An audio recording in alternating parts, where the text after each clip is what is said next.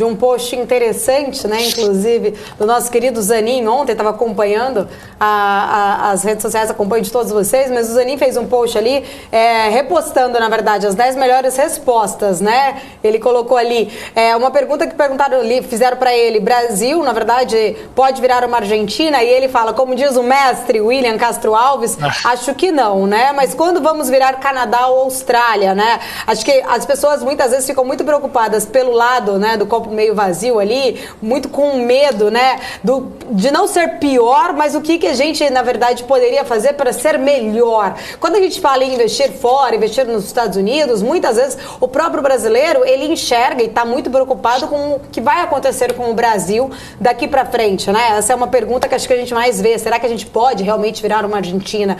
Mas aí eu queria aproveitar esse gancho muito bem colocado aqui do Zanin, né? Quando que o Brasil, será que o Brasil pode um dia se tornar daí um Canadá, uma Austrália, de repente, para a gente argumentar um pouquinho mais aqui sobre esse ponto que eu achei muito interessante, essa análise dele.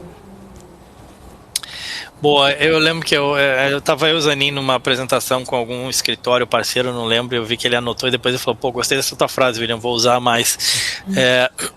E agora, quando eu estive no Brasil, eu usei bastante e as pessoas, é engraçado, eu estava numa palestra todo mundo tinha alguma opinião sobre o Brasil virar ou não Argentina ou Venezuela, né?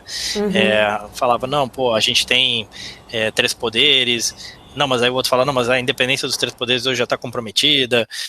A gente fala, não, mas a nossa economia, o Banco Central é independente, daí, pô, mas o Banco Central na Argentina também é independente, e por aí vai, e a gente tinha muita discussão e muita opinião, né, sobre isso, sobre vamos virar uma Argentina ou uma Venezuela, né, ou não, né, e aí, pô, não, a gente não vai virar uma Argentina ou uma Venezuela, como se isso fosse algo muito bom. Na verdade, assim, a Argentina tem uma economia com uma inflação galopante, totalmente fora de controle, uma economia que não cresce, uma economia toda controlada pelo governo, cheia de artificialismos, que tenta controlar a inflação, um câmbio que tem um câmbio paralelo, você tem 2, 3 câmbios, é uma zona, assim, com perdão da palavra, parecido com aquilo que a gente já viu na década de 80, que a gente sabe que foi horrorosa, na década perdida.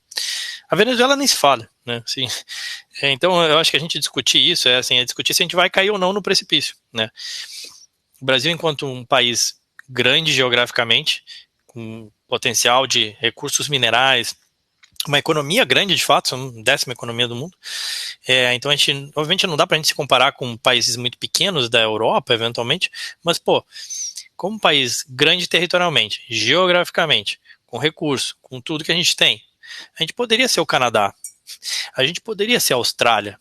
E aí quando eu falo isso as pessoas riam, né, dão uma risada, assim, porque, não, tá maluco, quem é esse cara que vem aí de Miami e fala esse tipo de coisa, né, não sabe o que tá acontecendo aqui no Brasil. Não, eu sei o que tá acontecendo, e o problema é exatamente esse, né? A gente fica muito preocupado em não cair no precipício, mas a gente não discute quando é que a gente vai subir a montanha, né, e chegar perto desses caras, né, a qualidade de vida, enfim. Tem questões culturais, tem várias questões, mas esse que é o problema. E aí, para quem investe, né, cair no precipício é muito ruim. Por que você investe por que você tem algum interesse em investir eventualmente na China? Muitas empresas têm, na Índia. São países que crescem, né? Tem alguma desorganização, tem questões políticas e tal, mas por que os Estados Unidos são um hub de atração? Porque cresceu também, né? É a maior economia do mundo que cresce. A China também, a Índia também, e atraem investidores. Porque, de fato, estão buscando subir a montanha. Então, para quem investe, você tem que buscar retorno aonde quer que ele esteja. Né? É a ideia do que a gente chama dos hedge funds, né? Os famosos hedge funds, né? Que são especuladores internacionais. Não, na verdade, o hedge fund é um fundo de hedge, fundo de proteção. Ele busca proteger o dinheiro dos cotistas da inflação e de tudo aquilo que pode destruir o poder de compra do dinheiro dos seus cotistas. E aí, como é que ele faz isso? Ele faz isso buscando investimentos e retorno aonde quer que ele esteja. Se estiver no Brasil, os fundos de hedge vão investir no Brasil como tem investido agora, nesse momento específico. Mas quando não tiver ruim, vai sair do Brasil e vai para Bangladesh. E quando não tiver bom Bangladesh, o cara vai buscar na Índia, na China e também nos Estados Unidos. Então, o que o investidor brasileiro pode, e agora já é acessível, pensar é com essa cabeça de hedge fund, como que eu vou proteger o meu dinheiro?